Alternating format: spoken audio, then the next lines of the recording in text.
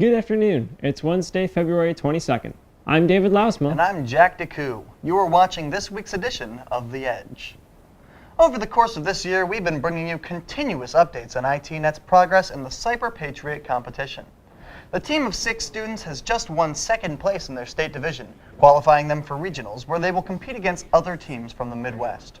For those of you who are just hearing about Cyber Patriot for the first time, it is a competition conceived by the U.S. Air Force to encourage students to learn about the STEM areas of learning, particularly cyber defense.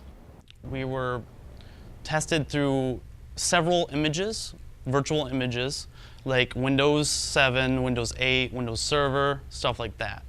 And they set it up so that there was various problems with the security implementations. And our goal was to make sure those security implementations were succeeded and successfully implemented. We will continue to cover Cyber Patriot as ITNET heads into the final round. Something tasty is cooking up in culinary, and we aren't just talking the cookies. The culinary class is participating in their SkillsUSA competition. The Edge's Riley Cimini gives us a look at how they're preparing for skills. Students around the EdTech building are currently preparing for SkillsUSA. SkillsUSA is a CTE program partnered by students and teachers to ensure that America has a skilled workforce. The culinary program at the EdTech building has been cooking up all sorts of great dishes and smells. I stopped in before their bake sale to find out what goes on in preparing for skills. Prepping certain ingredients for what I'm doing, and then I'm actually presenting them, kind of like a mock presentation. Been doing that for the past month. What might not look like a lot on your plate doesn't mean it doesn't take a lot in the kitchen. It is very kind of stressful. You do have to memorize everything in a 7-minute speech. And you have to, at the same time, you have to demonstrate how you're doing the thing you're talking about. I'm doing sushi, so I literally have to make sushi at the same time as talking, so. Yeah. Once you're getting closer to the competition, it's more okay, I gotta have this down. Amongst all of the hectic preparation work, Skills looks to be an exciting competition students are looking forward to. The thing that I find most exciting about going to Skills is, because you get to go to and experience a different building, place, setting, and you get to meet new people that you probably would never have met unless you did Skills. Students around the building are excited to go compete and showcase their hard work at SkillsUSA. Reporting for The Edge, I'm Riley Cimini. Those who come in first, second, or third place will be eligible to compete in the state competition this upcoming April. The building trades class has been constructing a house for a family in North Branch. But how far has their construction come? We go to Molly Lang to bring you the story. Hey guys, work on the house has become work in the house. So far, the building trades class has built the walls, roof, and installed the windows. But then they were put on hold while the HVAC class took over. Set up washer boxes, set tubs, put in water lines, that sort of thing. The HVAC students finished with all the electrical, plumbing, heating, and cooling at the beginning of February. But the dry walls can't go up until their work undergoes an inspection. Meanwhile, the build trade students finished some work outside. While HVAC was in the house putting in their conduits and whatever they were doing, we were putting in baffle and blocker along the house to breathe and vent out, and also we were starting to put siding up around the outside of the house. Though they made a lot of progress, there's still work to be done. The hardest part about working on the house is the time constraints with having 2-hour classes, so we have to get all our work done in 2-hour increments. The deadline for completion is the end of the school year. Once it is finished, it'll be moved to North Branch. Once the job is done, this will be the 3rd house that they've completed. I'm Molly Lang, reporting for The Edge. Back to you guys in the studio. Thanks, Molly. It looks like they've really come a long way. Yes, but as far as they've come, they still have a long way to go. After a week of work, the AM-CAD students spent the morning destroying their projects. The students created bridges to learn how to evenly distribute weight and the reasons why structures fail. Before building their bridges, they researched structural shapes. On Tuesday the 14th, they put their bridges to the test. They spent the morning seeing how much weight each bridge could withstand before it broke. Safety in the workplace is imperative, especially when dealing with heavy machinery or animals. This is why Agri-Science and Horticulture is hosting a safety awareness class right here at EdTech to highlight basic strategies for resolving and avoiding farm-related accidents. We're going to start off in the morning at 8 o'clock in the morning. The AM students, along with public safety, will come in, as well as 15 students from Genesee County Career Center Agri-Science program are going to come in, and they are going to be taught about safety hazards on the farm and in agriculture-related accidents. At 3:15 in the afternoon, the class will become open to the public and will take place right here at EdTech.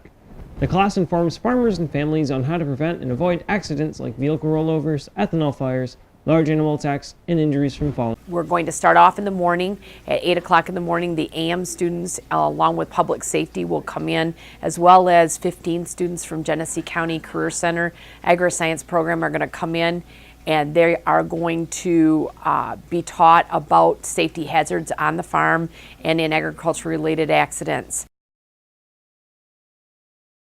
What's in store? Fake news is having a negative impact on journalism today because journalists have to work twice as hard to get their stories out there and convince the public that they are doing what they've traditionally done, and that is reporting the facts. I do think that we should teach students how to differentiate between real news and fake news. I'm really disheartened by the rise in fake news. Coming up on The Edge, are you too old to play with Legos or enjoy a decent late-night gaming session? The answers and more will be coming up next on The Edge.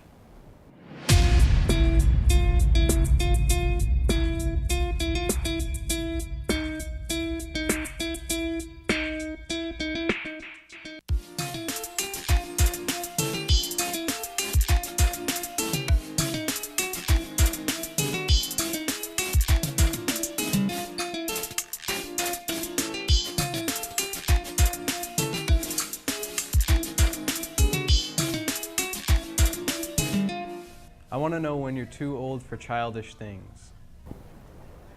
73-year-old Sherry Groom is documented in the Guinness Book of World Records for owning over 3,500 troll dolls. 56-year-old Bettina Dorfman is also in the book for her impressive collection of Barbies. Some say that this is too old to be playing with toys like these. We sent Abby Soul around the building to see if age limits exist and whether they lie. We all remember playing with Legos as kids. But is there a certain age when we are too old for things like Legos, Minecraft, or toys? A few of the students at EdTech agree that after a certain age, some of these things just shouldn't be played with. If you're 40 and you're playing video games all day, you probably need to go do something with your life. Once you get like past 20 and stuff like that, like you have more responsibilities in your life to do than to go play a game where blocks and Legos are involved. Some students have completely different views and don't think there should be a cutoff age at all. Honestly, I don't think there should be a limit. I mean, you go to like Legoland, you see those big old sculptors. I mean, obviously a 5-year-old didn't build that. I don't think there really is a cutoff age for Legos and Minecraft necessarily, but like maybe like My Little Pony or something, that the cutoff age would be like 12 or 11, maybe 10. There seems to be many views on whether or not you are too old for things like Legos and video games. But one thing you are never too old for is to be happy. I'm Abigail Soul, reporting for The Edge. So if you want to play video games, then play video games. And if you want to play with Barbies, you go ahead and play with your Barbies. The important thing is that we're all being ourselves. So I can keep playing with my Lego horse? No, you can't. You stop. It's mine. Well, that's all for today's edition of The Edge. Thanks for watching. Be sure to tune in next time for the next edition and follow us on Facebook and Twitter under The Edge LC. Why can't I keep playing with this? Because it's my horse and I want to play with it.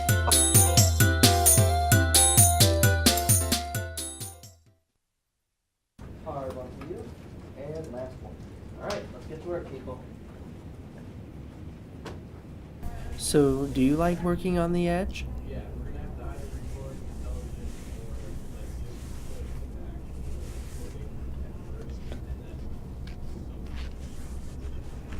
Do you have anything to say?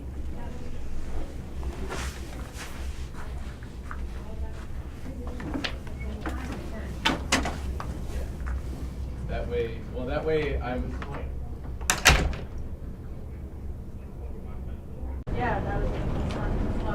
Did you get that work done? Yeah, no, that's... Can I get any answers around here? Yeah, Abby doesn't talk too much around the classroom. People say that it's just because she's sitting there working and doing stuff, but I believe that she's using some mystical powers to conjure up the work she comes up with. I heard once that she said a phrase about a year ago, maybe a year or two ago, and turns out that phrase was the exact same phrase that was the last one left by the Roanoke colony. So I'm going to try and stay as far away from her as I can so I don't get cursed.